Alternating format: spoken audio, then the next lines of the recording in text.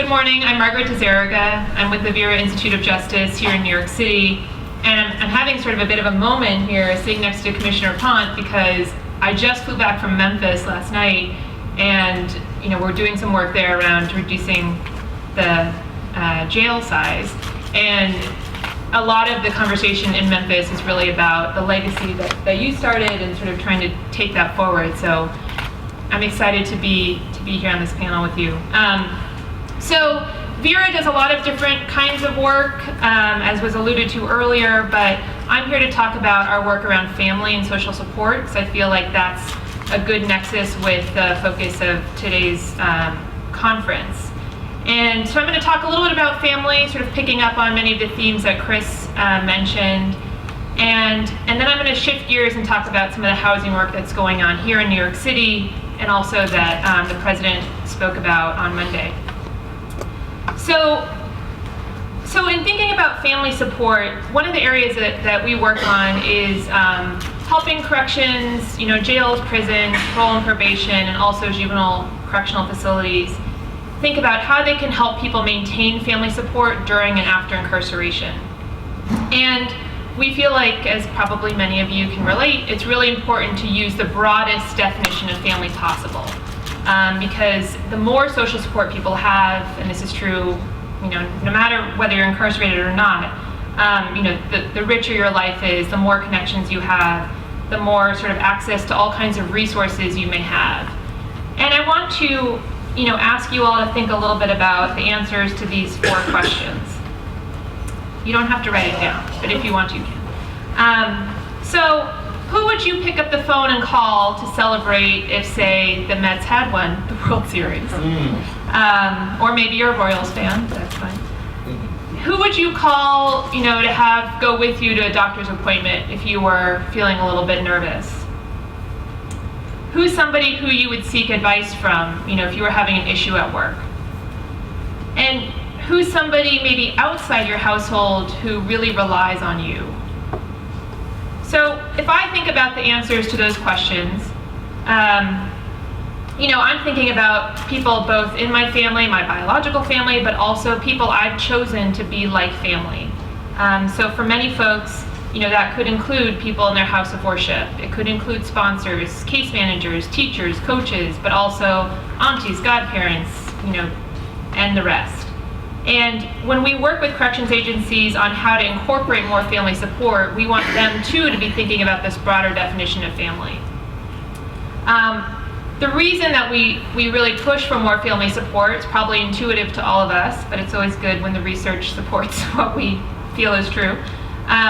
We know that when people have more connections to their family, they have better behavior while they're incarcerated, there are fewer infractions, they also have better outcomes post-release. We know that when children of incarcerated parents are able to see and touch their parents, they have less anxiety, less depression, they do better in school, fewer of them may end up in the foster care system. There have been some studies on the value of in-person visits in correctional settings. And one that was done in Minnesota looked at the benefits of visits in people's post-release outcomes, and saw that the more visits people had closer to release, the better they did. People who had a broader array of visitors also did better. Interestingly, people who had visits mostly by an ex-wife or ex-husband did not follow suit. So the visitor matters a little bit. So that's funny. It's true, it's in a study. So when we're working with corrections agencies, we want to focus on different ways that they can help people stay in contact. Certainly having people in facilities close to home is the ideal, but when that's not possible, figuring out ways to facilitate letter writing. Many prisons allow for emails, video visits, phone calls, and luckily the cost of some of those are dropping. Many correction agencies also sponsor parenting programs, and we are working with a juvenile facility in Ohio, and they were finding, like Chris mentioned, that many of the young people in that facility are themselves parents. And they were actually leading a parenting program in the juvenile facility in Ohio so that the young boys could learn how to be parents, learn how to put on diapers. You know, I took a class. I found it helpful.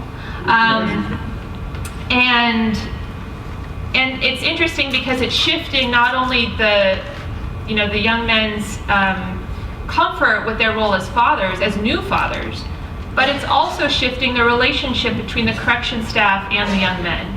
Because the correction staff can relate to that feeling of, oh my gosh, I have a brand new baby, I have no idea what to do. They're really gonna let me leave the hospital with this creature, you know? And it's interesting how it can shift those relationships. And I remember talking with a man in Michigan who had been through a parenting program there. And one of the things he said really stuck with me. He talked about how in that class, he learned that, you know, his value as a father was not just about his ability to bring money home, but it was about his ability to spend time with his child. And he felt like he was a bad father if he couldn't bring money home. But, you know, sitting in that prison, he was eager to kind of get out and figure out how he could, you know, while he didn't have any money, you know, figure out how to make that investment of time with his child that he'd been missing out on. So I think these parenting programs can add a lot of value as well.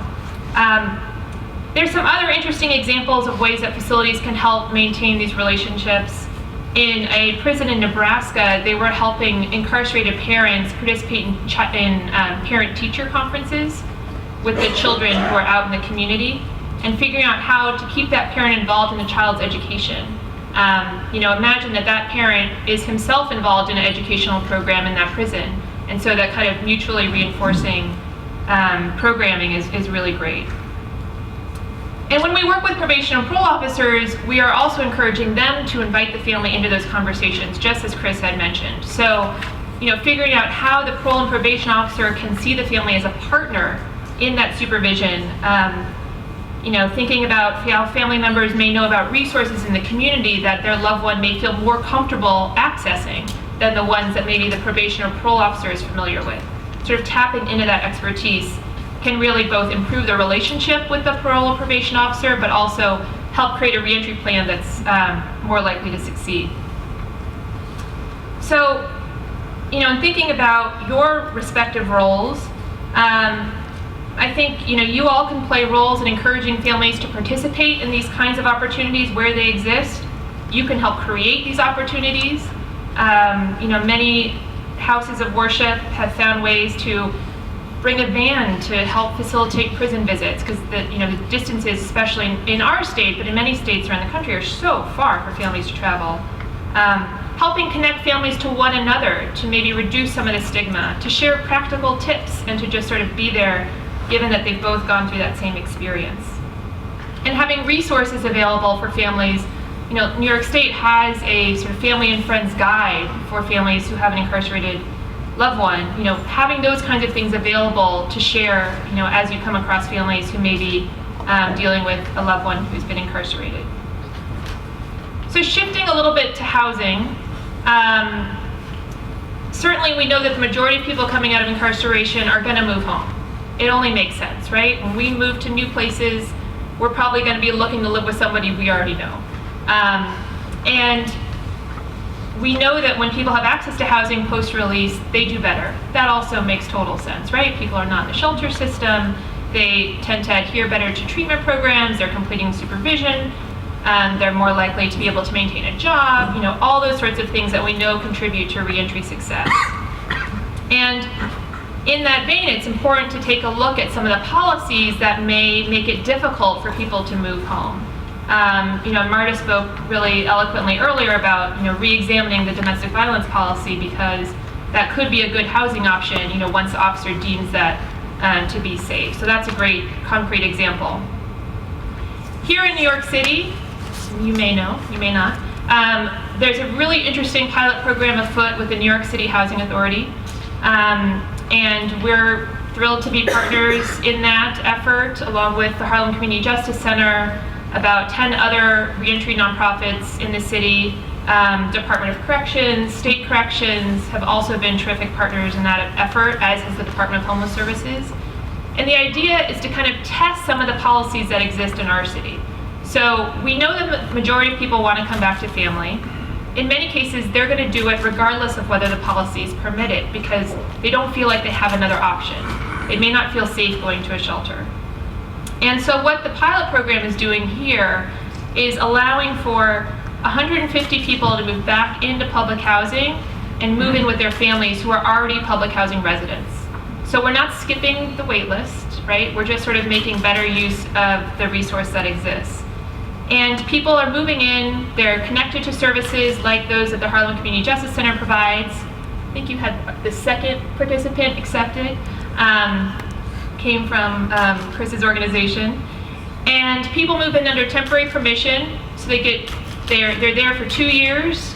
The rent doesn't change during that time. And then at the end of the 2 years, if they want to and the family wants to, they can get added to the lease. So they have succession rights to that apartment, they have maybe a stronger feeling of stake in that neighborhood.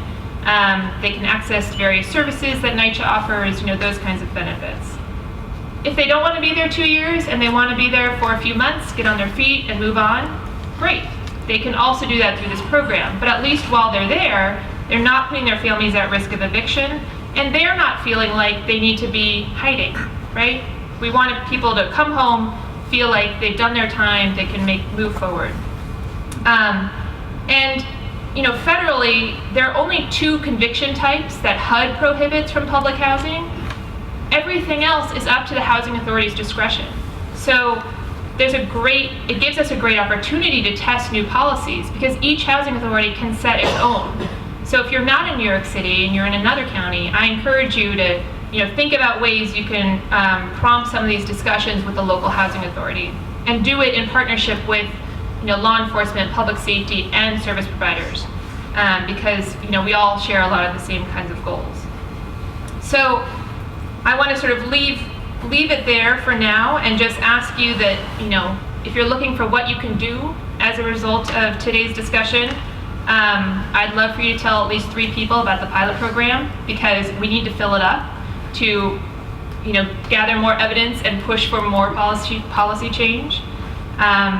And I'm happy to talk with any folks afterwards about how to get more information. There is a NYCHA sort of hotline of sorts that's specifically for the program. The number is 212-306-6024. You can also Google NYCHA Family Reentry Pilot, and it'll take you right there. And thank you so much.